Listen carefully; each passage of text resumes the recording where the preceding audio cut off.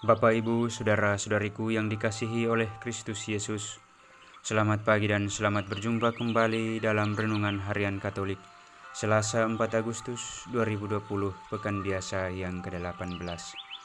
Marilah kita awali hari baru dan renungan kita pada pagi hari ini dengan tanda kemenangan Kristus. Dalam nama Bapa dan Putra dan Roh Kudus. Amin. Pada hari ini Gereja Katolik memperingati peringatan wajib Santo Yohanes Maria Vianney, seorang imam.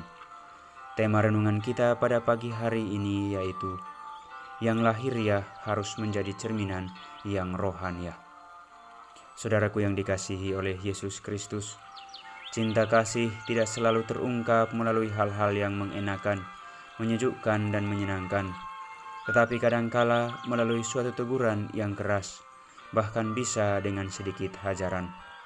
Konkretnya, cinta kasih orang tua kepada anaknya tentunya tidak harus selalu mengikuti kemauan dan keinginan anaknya dan membiarkan anak-anaknya melakukan hal-hal yang buruk. Anak yang nakal mungkin sedikit mendapat teguran yang keras, bahkan hukuman dan hajaran dari orang tua. Hari ini bacaan pertama yang diambil dari nubuat Yeremia, bab 30 ayat 1-2, 12-15, 18-22, menggambarkan kepada kita bahwa Allah menghukum bangsa Israel karena dosa dan kesalahannya yang begitu besar, yaitu tidak setia kepada Allah, tidak menuruti kehendak Allah.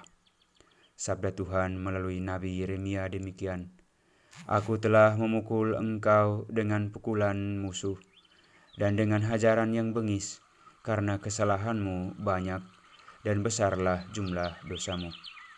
Namun demikian Allah tetap mengasihi mereka. Allah juga akan memulihkan mereka sebagai bangsa seperti sedia kala." Sabda Tuhan demikian, "Aku akan memulihkan keadaan kemah-kemah Yakub dan akan mengasihani tempat-tempat tinggalnya."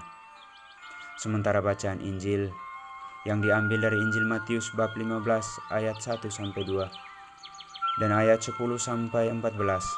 Di sana kita mau belajar bahwa hal yang paling penting dalam hidup kita adalah bukan soal penampilan lahiriah semata yang keren, yang dapat memukau orang, bahkan membuat orang terpana melihatnya, melainkan ketulusan dan kemurnian hatilah yang harus diutamakan. Kita sebagai orang-orang Kristiani perlu memiliki kemurnian dan ketulusan hati seperti Yesus Kristus sendiri, sehingga apa yang keluar dari mulut kita, dari dalam diri kita, mampu mencerminkan kebersihan hati dan jiwa kita, hidup rohani kita, sehingga tidak menajiskan diri sendiri dan juga orang lain, melainkan menjadi berkat bagi kita dan semua orang. Konkretnya, ketika kita mengaku diri sebagai murid-murid Kristus, tetapi dalam keseharian kita masih sering menaruh dengki, menciptakan kebencian, menyebarkan hoaks, dan dari mulut bibir kita masih keluar kata-kata hinaan, caci maki, maka kita perlu untuk merenungkan kembali kehidupan rohani kita. Oleh karena itu, saudaraku yang dikasihi Yesus, marilah kita mohon kepada Roh Kudus agar segala sesuatu yang kita lakukan merupakan hasil bimbingan dari Roh Kudus, sehingga sesuatu yang keluar dari hati dan dari dalam diri kita merupakan cerminan dari ketulusan, kemurnian hati kita, sehingga semuanya itu menjadi berkat baik bagi diri sendiri, keluarga, sesama, dan masyarakat di mana kita berada. Sabda Tuhan jelas, bukan yang masuk ke dalam mulut yang menajiskan orang, melainkan yang keluar dari mulut, itulah yang menajiskan orang. Semoga segala tindak tanduk lahiriah kita, segala yang keluar dari mulut kita, merupakan cerminan kehidupan rohani batiniah kita. Tuhan memberkati kita. Amin.